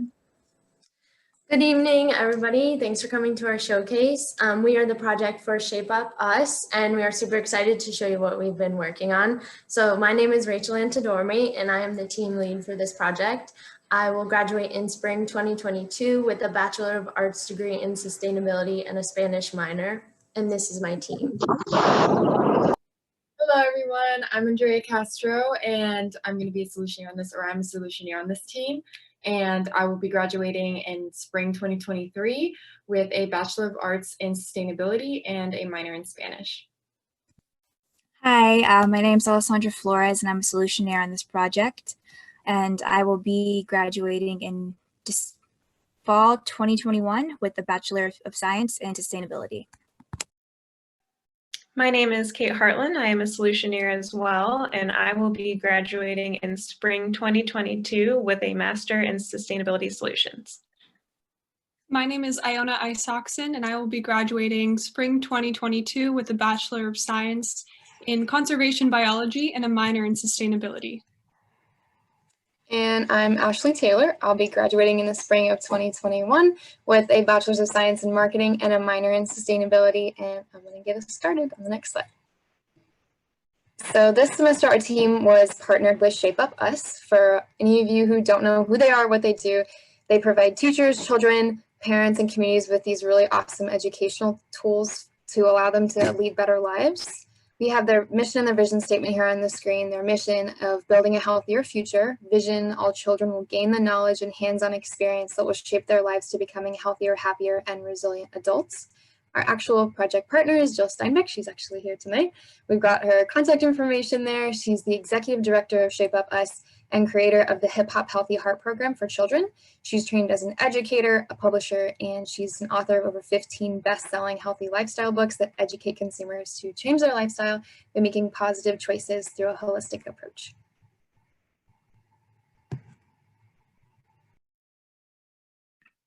Our project partner, Jill, reached out to us because she felt that there was a section in Shape Up's curriculum that was missing. They have a workbook on plant-based living and sustainable living, but wanted another book focused on environmentally conscious and sustainable living, specifically at home. Sustainability education is not normally taught to children in schools, so this project opened up an opportunity for us to fill that role. With Shape Up's vision and goals, and with our work and passions, we wanted to take on this challenge. So our overall goal was to create a polished workbook that allowed our visions to come to fruition. And that involved a few steps. First, we had to research how to best educate kids and families on sustainability. And then we had to decide how we wanted to divide up the pages of the book. We ultimately decided on separating it into 7 sections that we will discuss later. Step 3 was to choose the content from activities to instructional information and all of the design aspects in between. And lastly was finalizing the workbook to be used by both kids and parents to learn about sustainability in the household and deciding on how to make it most accessible. The vision that we had for this project was to get children ages K through 6 specifically, and their families to read the Shape Up Us workbook that we'd be working on. And we wanted to create it on sustainable habits for the household and hopefully have them implement these practices in their daily life. And our mission was to create a workbook that included 7 sustainability categories that focused on the aspects of the household and everyday life for families. And on the next slide, Andrea will explain the steps we took in creating this workbook. So in order to complete this project, we divided our process into 4 main objectives and measured our success indicators through KPIs. For our first objective, we needed to research the best industry practices for sustainable education for families and children while making sure that the content of the workbook was practical for all families in the US. And we measured this objective by how many sources we found collectively, which was around 10 to 15 sources. And for our second objective, we needed to divide the workbook into 7 subjects. And after some brainstorming, we chose reduce, reuse, recycle, the kitchen, bathroom, bedroom/living room, and the outdoors. And for our third objective, we divided and conquered these 7 subjects amongst ourselves and created a first draft and measured this by the amount of pages we needed to complete the workbook, which was 16 pages. And after our amazing project partner, Jill, approved of the first draft, we were able to complete our last objective of creating the final draft. Now Rachel will share exactly what's inside the workbook. So for our workbook, we created 7 main components that we believe are the most important and effective for household learning. We wanted to create a resource that would be applicable in households of all socioeconomic backgrounds, as equity is a very important factor of sustainability. First, we wanted to provide the base knowledge of what sustainability is, and then on the next slide, I will show you more what's inside. So we taught the 3 R's, reduce, reuse, recycle, and what they mean with regards to sustainability. Then we incorporated the 3 R's in the 4 other sections, which are the rooms of the house. So we included the kitchen, bathroom, bedroom/living room, and the backyard/community. And we provided learning opportunities throughout the workbook as in-book readings and activities. And we also gave ideas for hands-on activities and projects that could be done inside the home. The workbook also contains bits of gratitude practices throughout to help promote mindfulness, as that is an important component of Shape Up's education. And another key component that we incorporated was the aspect of the earth as a human-like character. So we featured the earth all throughout the book as the narrator, which we hope will provide children with a deeper connection to the earth. And we hope that children will understand that they always have a home outside of their house. And now Kate is going to discuss how this workbook connects to the broader scope of sustainability. So the sustainable development goal that our project addresses is goal 4, which is quality education. Our objectives focused on researching best practices for presenting and teaching sustainability information, as well as compiling information to create the content of the workbook. These objectives specifically addressed target 4.7 of goal 4 because the booklet is creating accessible education opportunities that will teach children and their families about sustainable lifestyles, and we hope promote a culture of peace as well. The idea that we are really educating future generations of leaders and thinkers and problem solvers with this booklet at such a young age is what makes this project so powerful and world-altering. And now Ashley will let you know how you can get involved with Shape Up. So go order one of these super cool workbooks and share with others. As of right now, we don't have a release date of when this book will be available to the public, but you normally can buy them through Shape Up's website. We're just encouraging you guys to follow Shape Up Us's social medias for updates on when this book will be available. It should be soon though. We're also encouraging you guys volunteer with Shape Up Us. They always have a lot of different events and projects going on, and they're always looking for hands to help. And then we also, again, have our project partners' contact information there at the bottom. If you have any ideas for new projects or just want to get involved in their work, she's super open to connecting.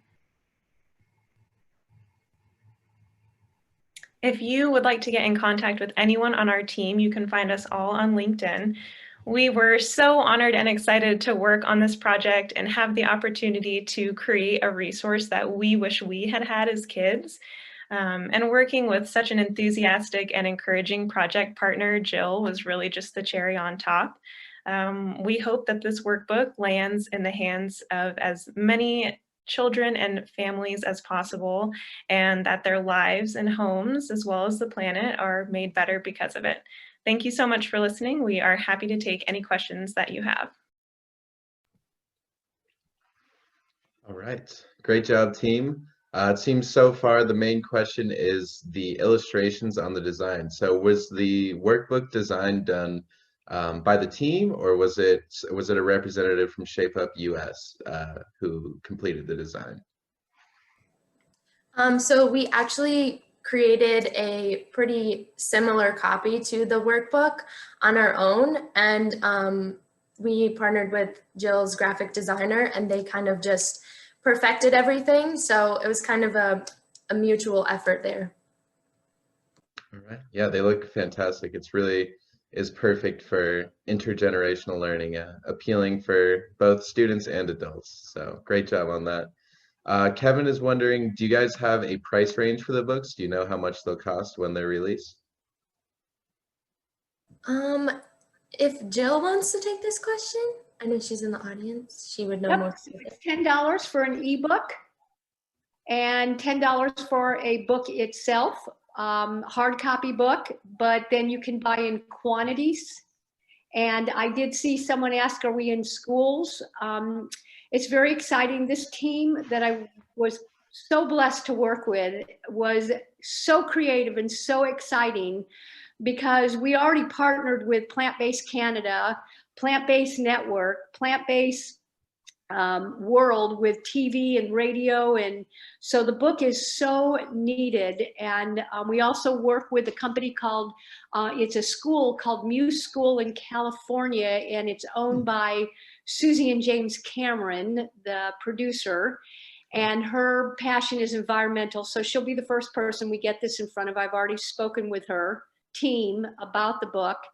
It will be ready on the 27th, right after the holiday, with an ebook that will get to the team, and then we'll have the print right after that, 1st of December. They said they'll have it to us within 10 days of as soon as we hand it to them. So outstanding job what they created, and then took it to the graphics person, and very exciting. And also, the answer to the question real quick with schools. So we partnered with a company called Shape America, which is all the PE teachers throughout the United States. And we work with the affiliates. And we just today did our 10th state with all of their PE teachers to introduce this book to. So God bless you all. I thank you from the bottom of my heart to yours for making it possible. Wow, fantastic. Awesome. And then it looks like we have one more question here from Britt. Does the book cover permaculture topics? I can answer that. So unfortunately it does not, just because topics like permaculture don't really focus on like domestic lifestyle. So we were trying to keep these subjects doable within households across the United States. So that's why we incorporated like composting in the kitchen and stuff like that, just ways to be more sustainable in the house. Yeah, if anybody else wants to add anything. Awesome. Yeah, and then I guess one final question.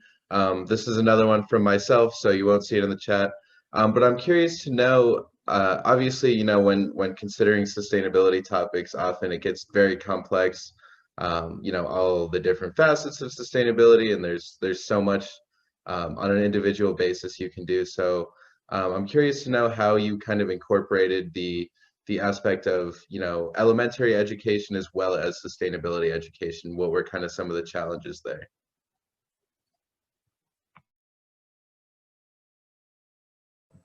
So that was definitely an issue that we kind of, well, not really struggled, but we really had to focus on, because it seemed like things that we would be teaching a kindergartner would be a little bit too childish for parents. So we based it off of the books that Shape Up already had. And I think just the fact that it is a whole family book, so parents can kind of tailor each page to what the age of their child is, and kind of just help them to get the most out of it as they can.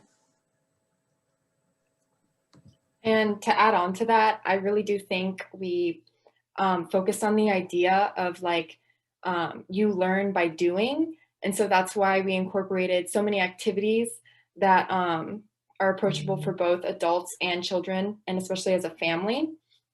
And so, yeah, we really wanted to emphasize like yes, these concepts are very important, but it's about it then becoming a habit and a part of your life in a very healthy and sustainable way. And I'll just add one more thing to that, just so you know a little bit about Shape Up.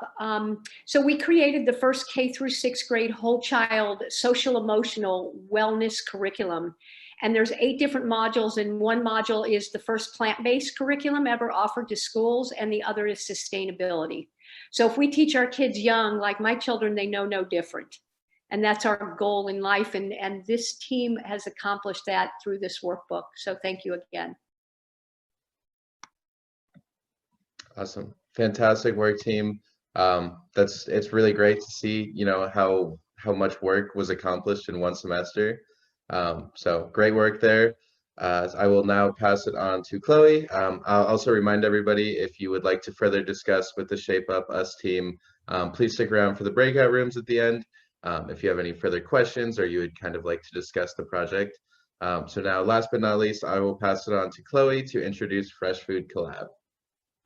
Awesome. Thank you, Noah, and thank you, team. And also, Jill, thank you for being here tonight. It was great to hear from you as well. So last but certainly not least is Fresh Food Collab. So I will hand it over to them to get started. Hi, everybody. Our group partnered with the Fresh Food Collaboration Movement, and we're really excited to share this project with you. My name is Cara Pietrowski, and I'm the project lead and a second-year sustainability major. My name is Erica Kreiner. I will be graduating in the summer of 21 with Bachelor's of Science in Sustainability and Geography, as well as a Bachelor of Arts in Anthropology. My name is Alyssa Knowles, and I am currently studying for my bachelor's degree in science with an emphasis in sustainability. Awesome. So a little bit of background on FFC. They're a collaborative effort between Green Living Magazine and Urban Farming Education. The movement seeks to alleviate food scarcity and food access issues caused by the COVID-19 outbreak. They do this by partnering with local farms and food providers to create boxes with fresh produce, fresh bread, and other organic treats to distribute to low-income families in the Valley. As you can see in the background of this slide, this is their setup roughly 2 times a month. Volunteers from around the city come together to help assemble boxes for distribution. So when FFC reached out to us, they outlined their main areas for growth as expanding their distribution locations, finding new metrics to communicate to their community, finding new food partnerships, and creating visual ways to communicate their community impact. We will cover our solutions more in depth later in the presentation. However, here is an overview of the action items we thought would be most impactful. In order to outline who they are and their social and environmental impacts on their community, we've created an informational pamphlet.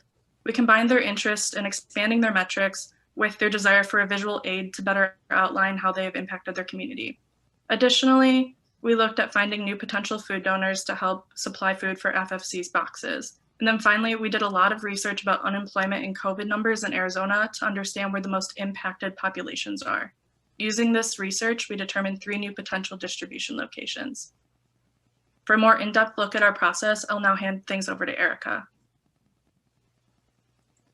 So the vision for Fresh Food Collab was fairly simple. They wanted to expand their outreach by understanding their scope of influence within the greater Phoenix metro area and letting that understanding guide them towards new locations, which would both allow for the growth of the organization, as well as retain the efficiency that allows them to transport food quickly to communities in need.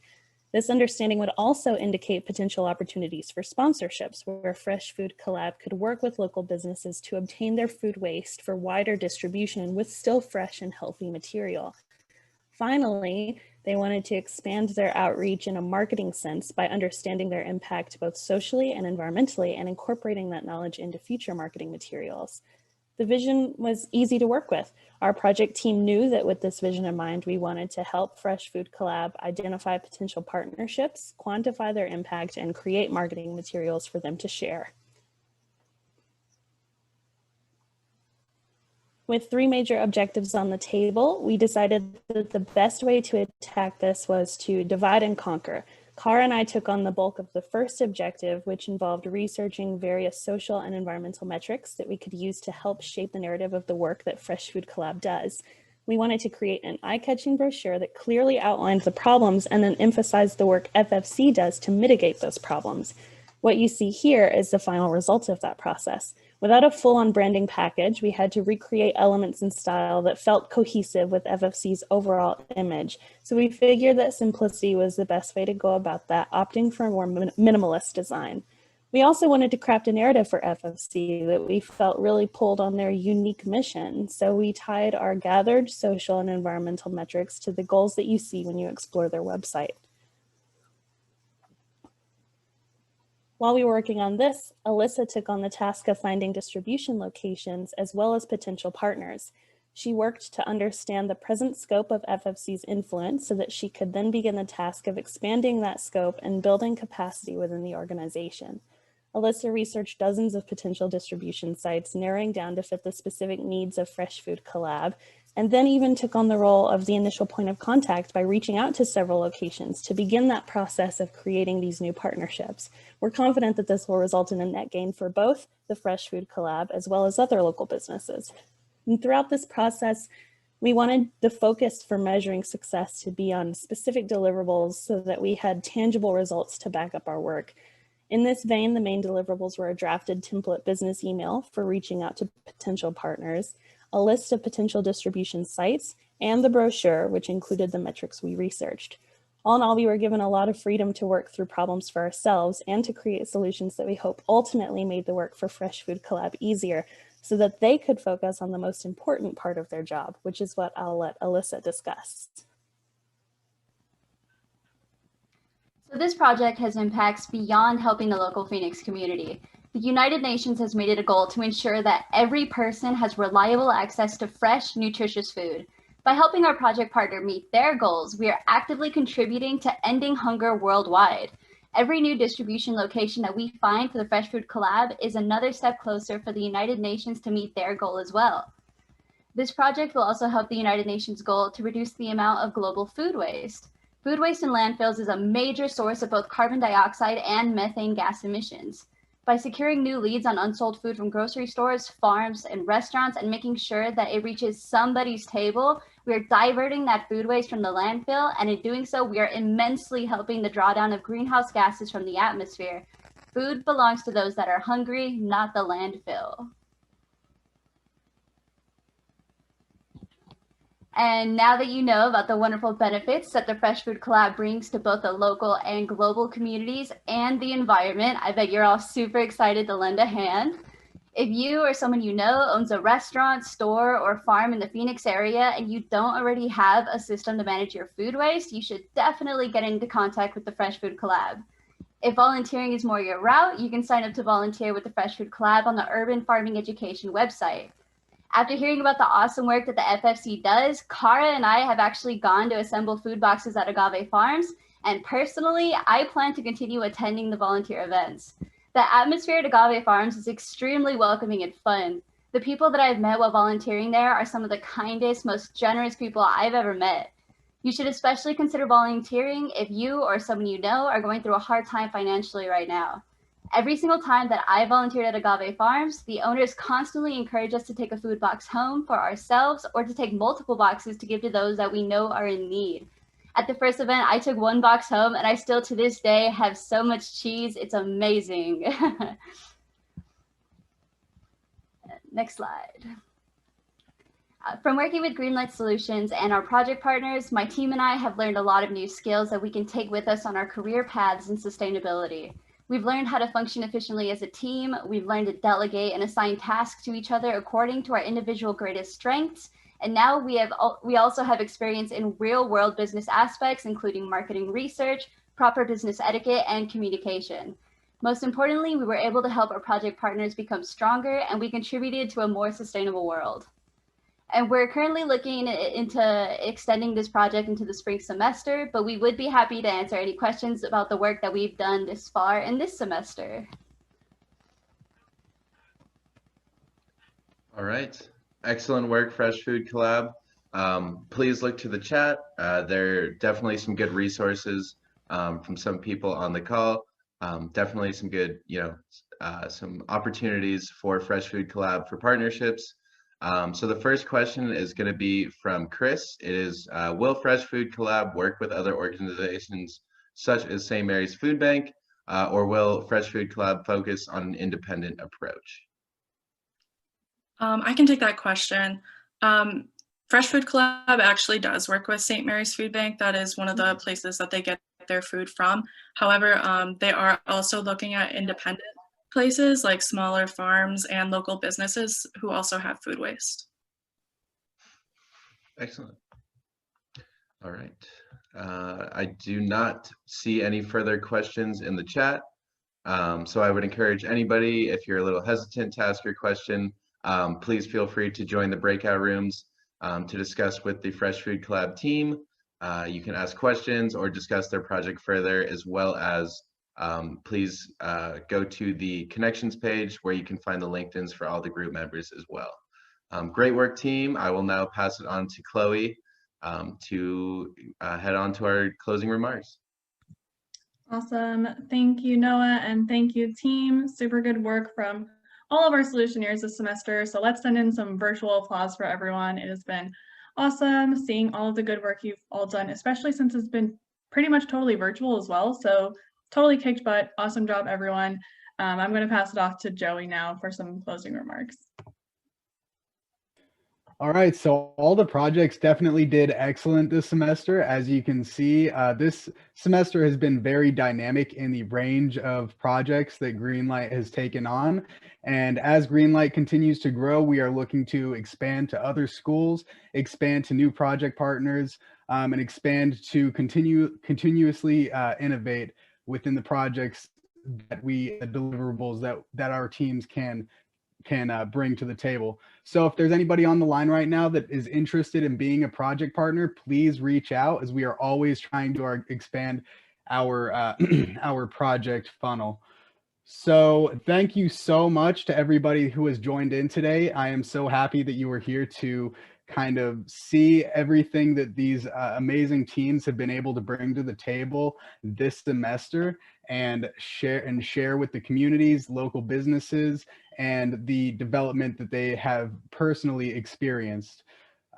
So in terms of GreenLight's core values, in case you were not aware, based on those presentations, professional development is one of the key values. Sustainability stewardship is also very important, and collaborative community leadership is also a very, very key aspect of GreenLight Solutions. So if you feel like those kind of correlate with your missions, please reach out to collaborate. Please reach out to become a member of our monthly giving program, and it would be greatly appreciated.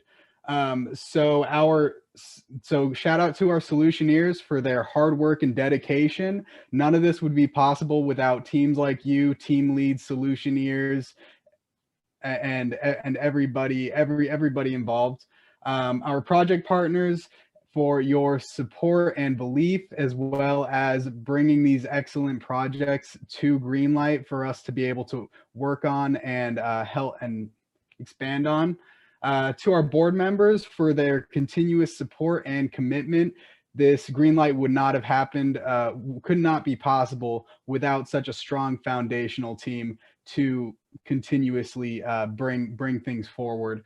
And to the community for spreading the word. It is amazing to be a part of such a strong community of everyone supporting each other and just believing in the same mission and really making the movement move. So I'll go ahead and pass it off to Noah for the for more ways that you can get involved. All right. So yeah, I'll be highlighting some more ways everybody can get involved. As you all may know, GreenLight Solutions is a 501c3 nonprofit. So all donations made to us are not only tax deductible, but they directly fund projects you're seeing today. So everything, all the great work in the community we're doing, it really all does come mainly from donations from our community members. So to really be able to keep doing this great work in the community is an absolute privilege, and we definitely encourage everybody who is able to donate so we can continue our great sustainability work in the community. So becoming a GreenLight Glow member is probably the easiest way to contribute to the organization.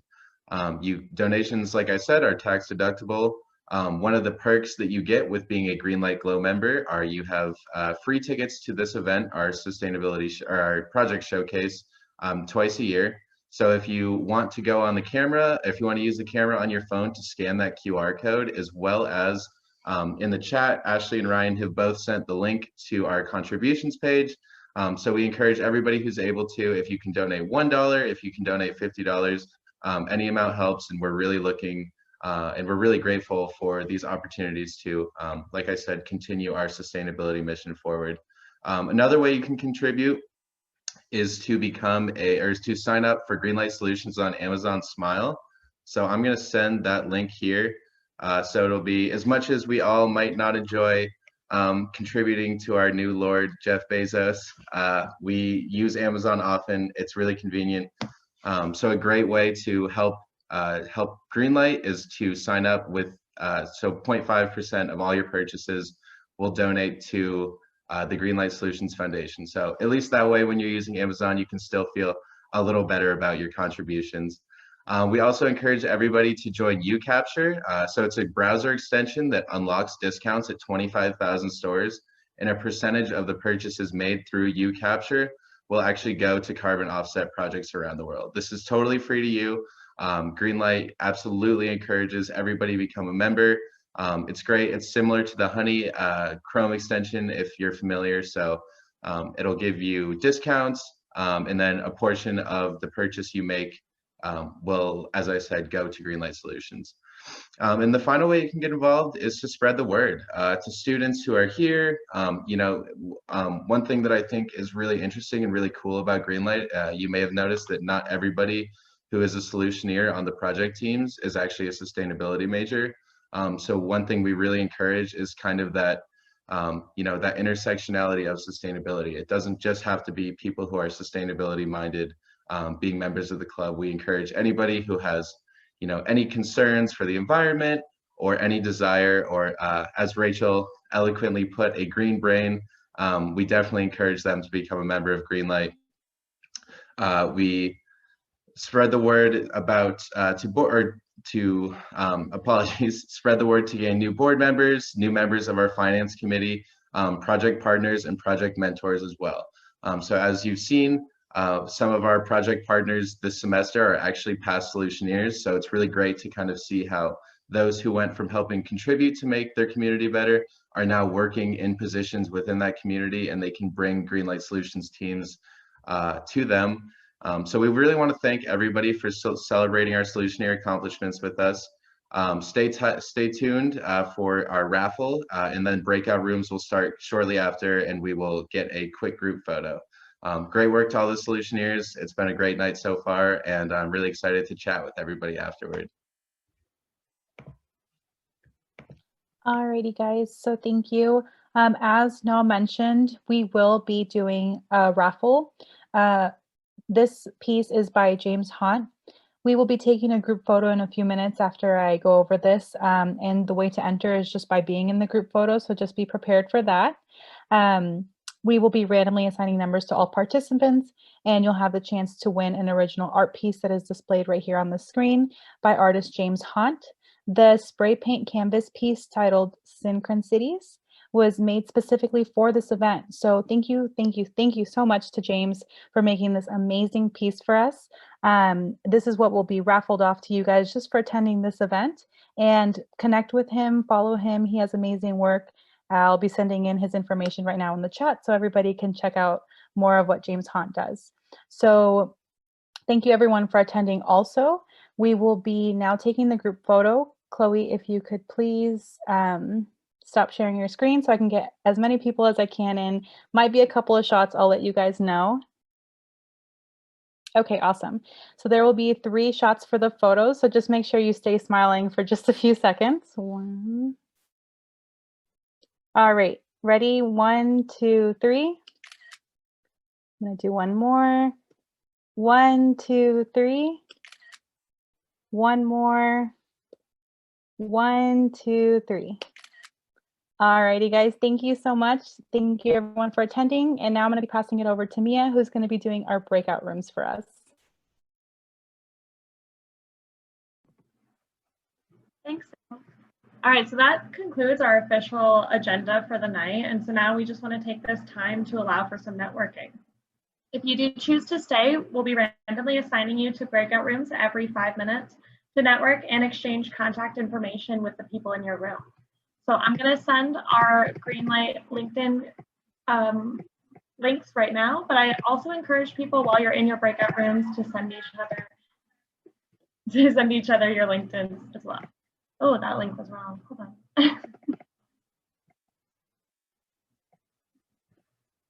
There we go.